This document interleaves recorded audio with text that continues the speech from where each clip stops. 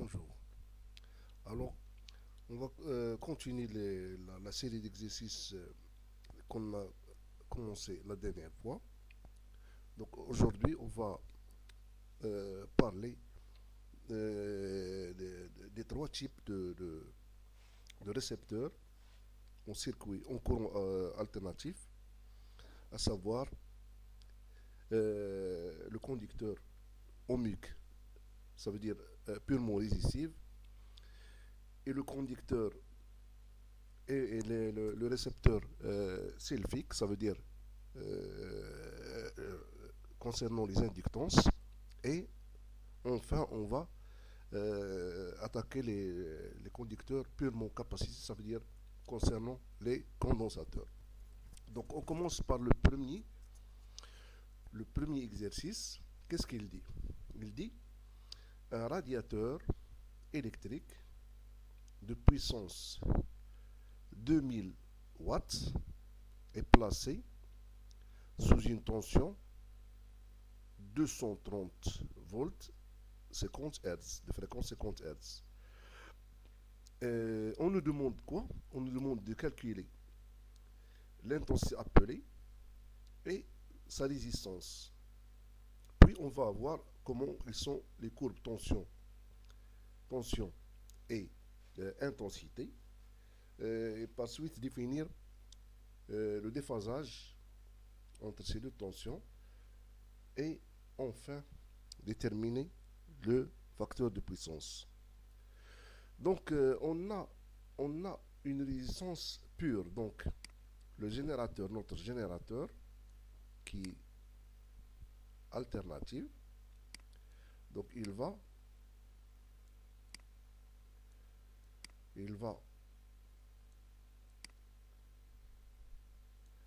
alimenter une tension, il va alimenter une résistance pure.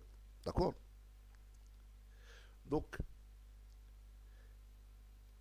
la puissance consommée par cette résistance, c'est 2000 watts. La tension ici, la tension efficace, c'est 230.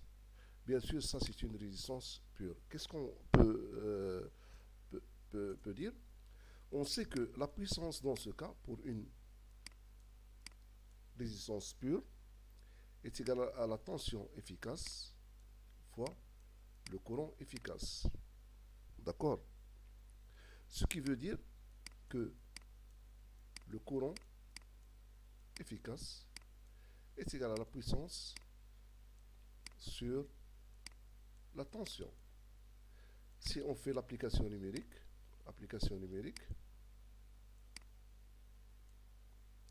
on aura I qui est égal combien? 2000 sur 230, ça donne 8,69 ampères. D'accord? Bon, pour la deuxième question, on nous a demandé de calculer la résistance de ce récepteur purement résistif. D'accord? Qu'est-ce qu'on sait? On sait que la tension aux bornes du récepteur est égale à sa valeur ohmique fois le courant efficace. Ce qui veut dire que la valeur ohmique de ce récepteur, c'est sa tension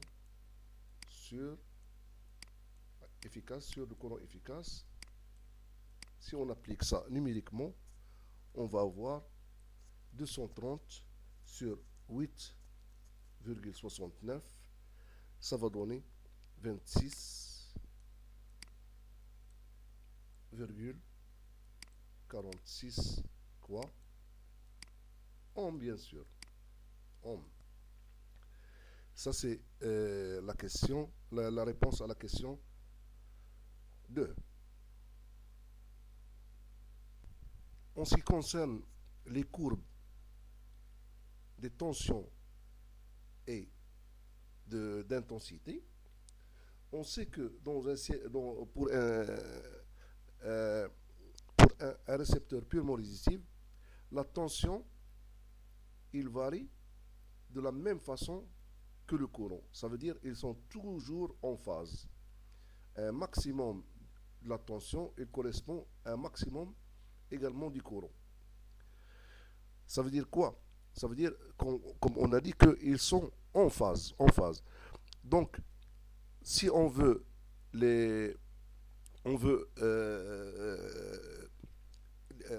représenter ces deux grandeurs euh,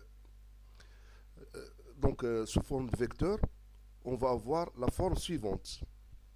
Donc le courant et la tension dans ce cas, ils sont alignés sur la même, la même ligne. Ça veut dire que l'angle qui existe entre le courant et la tension est un angle nul. Donc, qu'est-ce qu'on peut dire? On peut dire que phi, dans ce cas, phi est égal à 0. Comme on a dit, le déphasage entre tension et courant est égal à 0. Par la suite, le facteur de puissance cos phi est égal à 1. Donc, le cos de 0 degré est égal à 1. Donc, ça c'était la première question, la réponse à la première question. Passons maintenant à un autre exercice. Dans ce cas, on va étudier un récepteur qui est purement inductif, on l'appelle également sylphique. D'accord? Que dit l'énoncé? Il dit que calculer la réactance d'un circuit de coefficient de self L, ça veut dire d'inductance L est égal à 0,03, Henry, bien sûr, placé sous une tension 230 volts 50 Hz, quelle sera l'intensité dans ce cas? Quelle sera l'intensité qui va s'établir dans ce cas?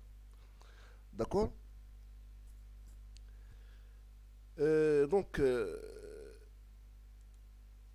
Qu'est-ce qu'on sait à partir du cours qu'on a tous vu? Donc, on sait que la réactance d'une bobine, ça veut dire donc une bobine d'inductance L, donc une bobine toujours on la désigne par une lettre L qui s'appelle inductance, d'accord? Donc cette bobine pure a pour réactance XL qui est égale à L fois la pulsation oméga. Donc, entre parenthèses, donc oméga, on sait que oméga C est égal à 2πf.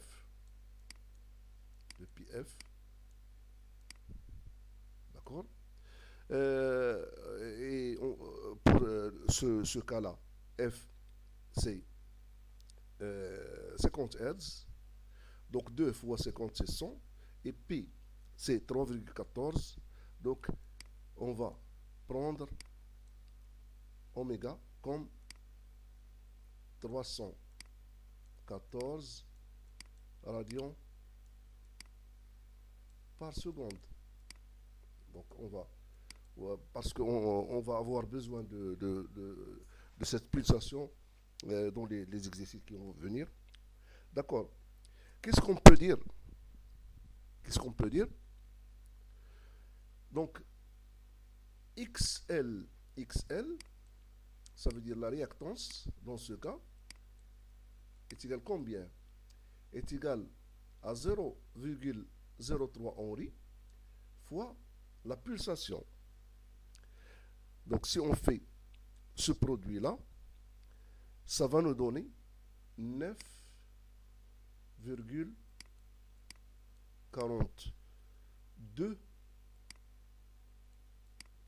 ohms. 9,42 ohms. D'accord? Et on sait que lorsqu'on applique une tension U aux bornes d'une inductance, cette inductance-là, il va être traversé par un courant. Ce courant-là est égal à la tension efficace sur la réactance de la bobine. Réactance de la bobine. Or, d'après l'énoncé, on a la tension efficace, c'est 230. La réactance, c'est 9,42 ohms. Et finalement, le courant efficace, ça va être 24,41. Bien sûr, ampères. Donc ça, c'est la réponse à cette question. D'accord? On passe maintenant à la question suivante. Que dit cette question-là? Il dit que un réacteur parfait, ça veut dire une réactance ici, en l'occurrence, ici, il s'agit d'une bobine pure. Il absorbe 0,2 comme courant sous 120 volts avec une fréquence de 50 Hz. La question, déterminer sa réactance de self, ça veut dire sa réactance, et son inductance. Attention, la réactance, ça se mesure en ohms. La réactance,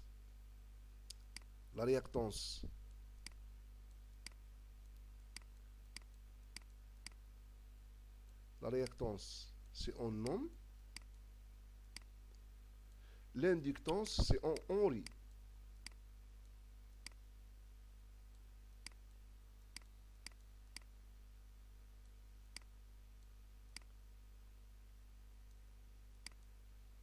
Henry. D'accord? Bon. La réactance dans ce cas, c'est quoi? C'est XL, ça va être bien sûr une tension sur un courant. Bien sûr, ici, ce sont des courants efficaces.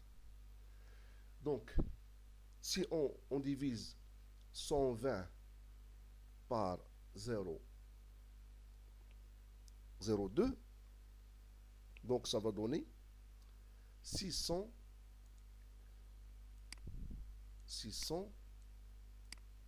quoi? Ohms.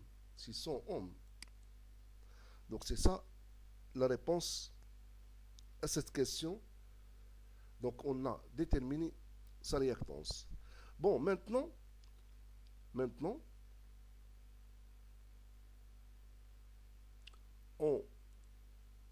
on passe à la détermination de son inductance. Donc, on sait que XL, ça veut dire la réactance, est égal à quoi? Est égal à 2πf fois l'inductance. La réactance est égale à oméga fois l'inductance. D'accord? Ça veut dire quoi? Ça veut dire que l'inductance, c'est quoi? L'inductance, c'est quoi? C'est la réactance sur quoi? Sur quoi? Sur la pulsation. Donc, on vient de déterminer la réactance est égale à 600. Bien sûr, avec 50 Hz, on a dit tout à l'heure que la pulsation avec 50 Hz, c'est 314. Donc si on divise 600 par 314, ça va nous donner une inductance de 1,91 quoi Henri. D'accord?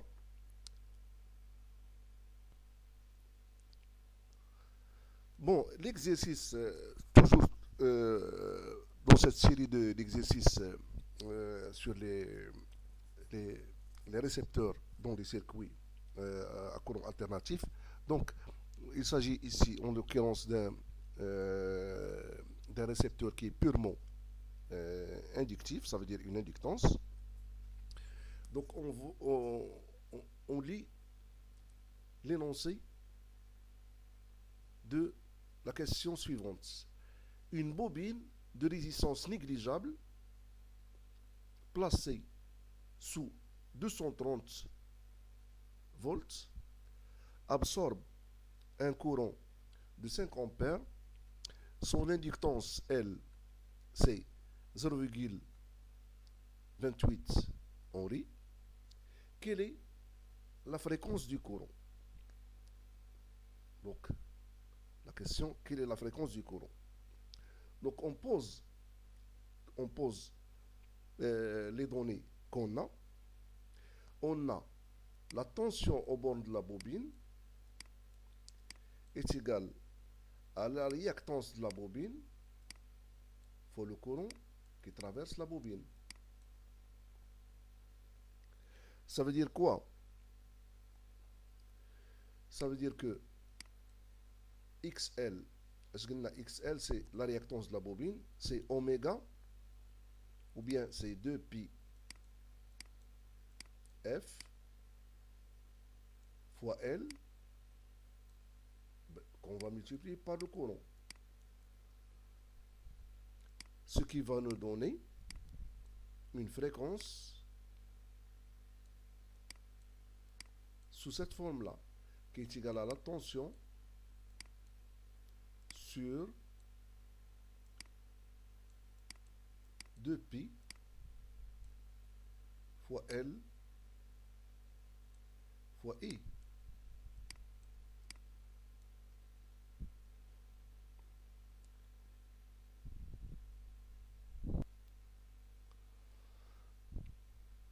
Donc, U est égal à 230 volts. 2pi, on la connaît. L, c'est 0,28. Et I, c'est 5 ampères. Ce qui va nous donner une fréquence de 26,16. Quoi? La fréquence, c'est en Hertz. En Hertz. Donc c'est ça la réponse à la question demandée. Bon, cet exercice-là, il est simple. Donc on va seulement appliquer la formule de calcul. On dispose d'une source alternative de valeur de 130 volts et de fréquence 50 Hz. Calculer les intensités qui s'établiront dans les serves suivantes. Donc, en général, qu'est-ce qu'on a? On a XL est égal à L oméga. D'accord? Avec oméga, maintenant, puisqu'il s'agit d'une fréquence 50 Hz, oméga c'est 314. Donc ça veut dire quoi? Ça veut dire que on remplace L par sa valeur pour avoir X1. Et deuxièmement, on remplace L par 0,5 Henri. Et enfin, on la remplace par, donc, par 0,5. Donc, ça va nous donner I. I, en général, I est égal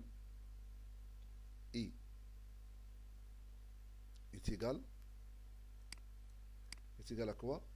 Est égal à la tension sur la réactance. La réactance. Donc je vais vous donner directement, je vais appeler ça, c'est X1, X1, X2 et X3. Pour X1 et 1, et 1 est égal, on va avoir est égal à 0,66 ampères. Pour X2, on va avoir un courant I2 est égal à 1,46 ampères. Et enfin pour X3, on va avoir un courant X3, pardon, I3 est égal à 2,92 ampères. Donc ça c'était une question simple. On va passer à la réponse. Dans cet exercice, il s'agit d'un condensateur pur, un condensateur pur à qui on a associé une tension 100 volts, une fréquence de 50 Hz. Donc dans ce cas, on sait que la réactance d'un condensateur est égale à 1 sur C oméga. Avec C, c'est la capacité du condensateur en farad, et oméga, c'est la pulsation de l'alimentation en radians par seconde. Donc dans ce cas, bien sûr, on va, si on remplace le condensateur par sa valeur, par sa capacité, et comme on a dit que lorsqu'il s'agit d'une fréquence de 50 Hz, toujours la pulsation est égale à 314, ça va nous donner une réactance du condensateur qui est égale à 15,92 ohms. 15,92 ohms. D'accord? Le courant dans le condensateur, il sera donné par la formule qui dit que la tension sur la réactance du condensateur, et ça va nous donner une valeur de 6,28 ampères. Donc la question ici, c'est également une question qui est simple. Toujours dans cette série d'exercices concernant les condensateurs purs, donc on va répondre à cette question-là. Un condensateur placé sous 20 volts efficace, une fréquence 50 Hz, absorbe un courant de 10 ampères. Quelle est sa capacité? Tout simplement, on a, dans ce cas, X, C est égal à 1 sur C oméga. D'accord? Et ça veut dire quoi? Ça veut dire que C, ça veut dire la capacité en farad, est égale à quoi? Est égale à 1 sur XC oméga. D'accord? Or, XC est égal à la tension sur le courant. La tension efficace sur le courant efficace. Ça va donner 2 ampères. Et lorsqu'on... pardon, 2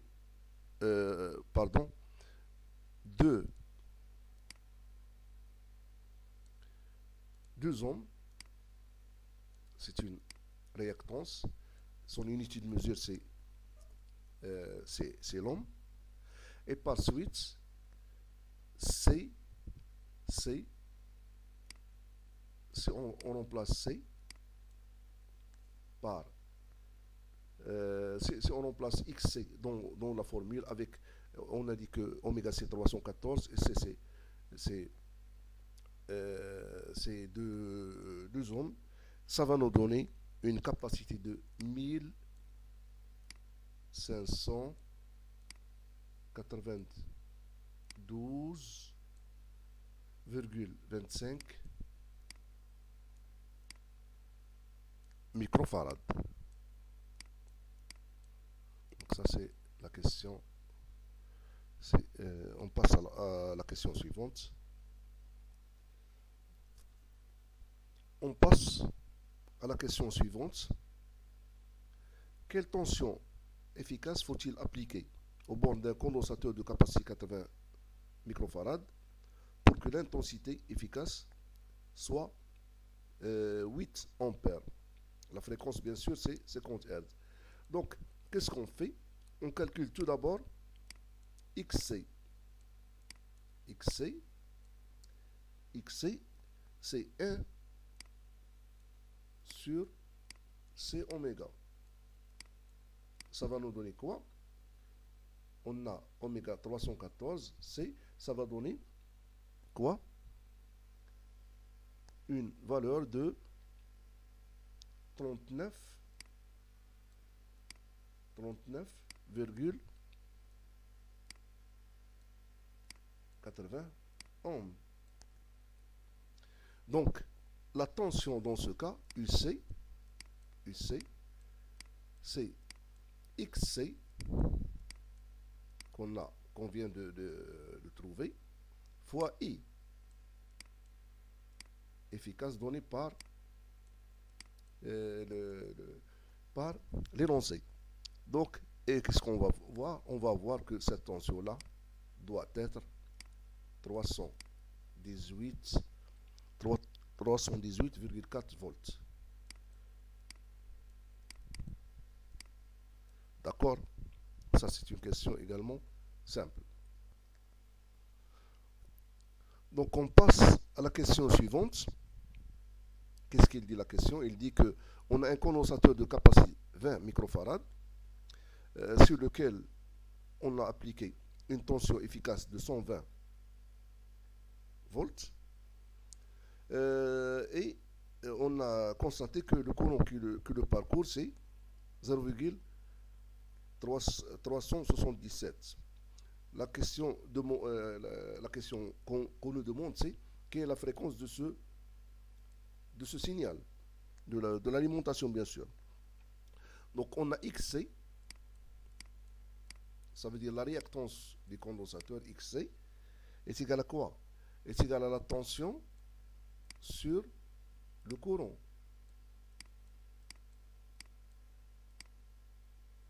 Si on fait cette application, on va avoir que c'est une réactance qui est égale à 318,30 ohms.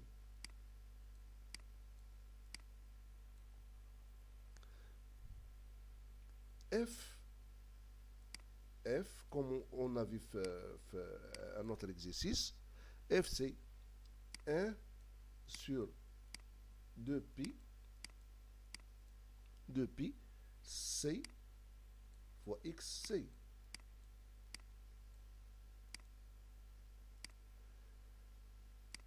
Ce qui donne une fréquence de 25 Hz.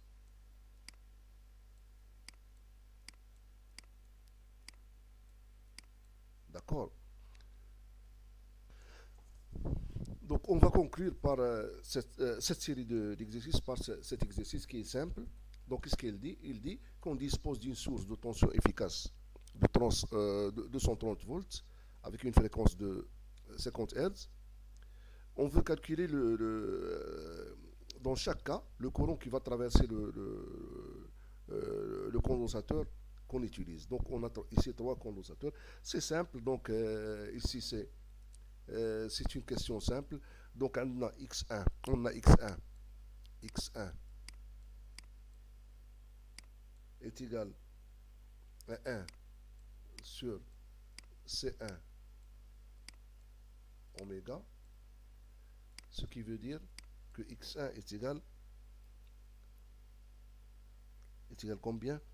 Est égal à 0,398 ohms. D'accord? De la même manière, x2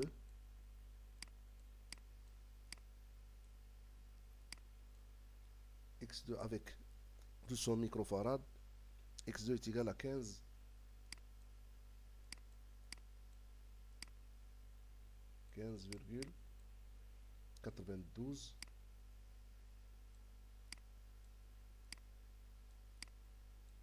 et x3 avec 50 nanofarads, ça va nous donner une réactance de 63,69 kilo-ohms. D'accord? Par suite, I1 est égal à la tension sur X1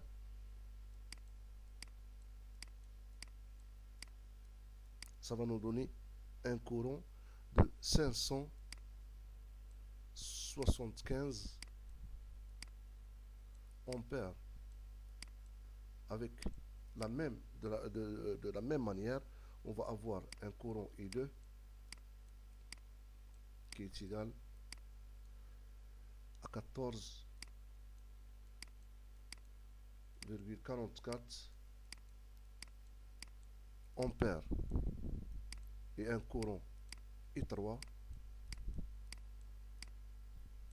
qui est égal à 3,61 milliampères. Donc c'est tout ce qu'il y a pour cette série d'exercices. À bientôt.